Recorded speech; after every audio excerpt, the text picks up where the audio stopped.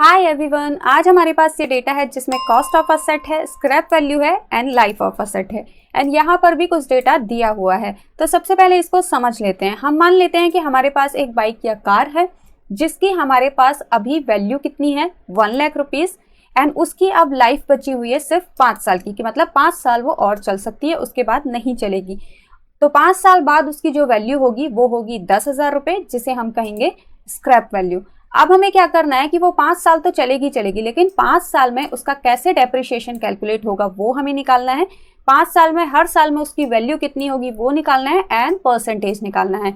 But यहाँ पर हमें यूज करना है फिक्स डिक्लाइन मेथड। अब फिक्स डिक्लाइन मेथड क्या होता है कि जिसमें आपका डेप्रिसिएशन परसेंटेज जो होता है वो हमेशा फिक्स रहता है। मतलब अगर आपका फर्स्ट ईयर में 10% का डेप्रिसिएशन लग रहा है तो बाकी के सभी ईयर्स में भी 10% का डेप्रिसिएशन ही लगेगा, उसमें कोई भी चेंजेस नहीं आएगा। तो जब आपको ये बोला जाता है कि आपको किसी असेट की डेप्रिसिएशन कैलकुलेट करना है बट फिक्स डिक्लाइन मेथड से कैलकुलेट करना है, तो आपको वहाँ पर यूज़ करना होता है डीबी फंक्शन, जो आपको बहुत ही इजीली डेप्रिसिएशन कैलकुलेट करके दे देता है। तो सबसे पहले हम 0th ईयर में वैल्यू क्या है अपनी असेट की वो लिख देंगे, जो है 1 लाख रुपीज़।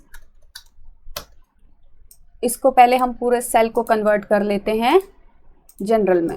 अब यहाँ पर आते हैं डेप्रिसिएशन कैलकुलेट करने के लिए equal to DB bracket open, cost पूछ रहा है तो इस वाली वैल्यू को देंगे, F4 से लॉक कर देंगे क्योंकि हम ड्रैग करेंगे तो वैल्यू चेंज नहीं होनी चाहिए।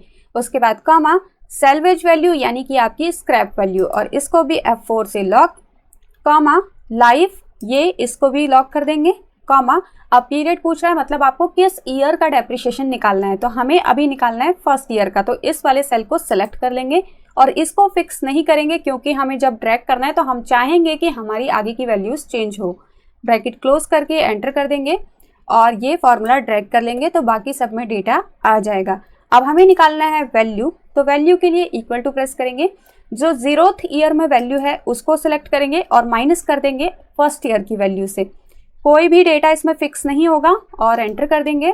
कंट्रोल डी से फॉर्मूला कॉपी कर लेंगे और यहाँ से भी इसकी फॉर्मेटिंग चेंज कर देंगे जनरल में, तो ये डेटा आ जाएगा। अब परसेंटेज कैलकुलेट करना है तो परसेंटेज के लिए यहाँ पर इक्वल टू ये वाला cell divided by value and enter कर देंगे और ये भी कंट्रोल डी से फॉर्मूला कॉपी कर लेंगे।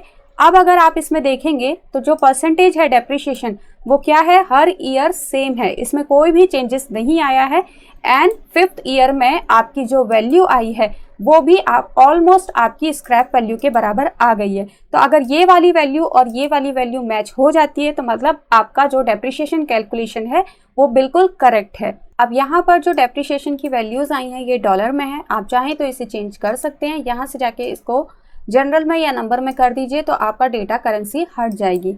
आई होप आपको ये क्लियर हुआ होगा। आज के लिए इतना ही, मिलते हैं आपसे नेक्स्ट वीडियो में। Thank you so much, bye bye.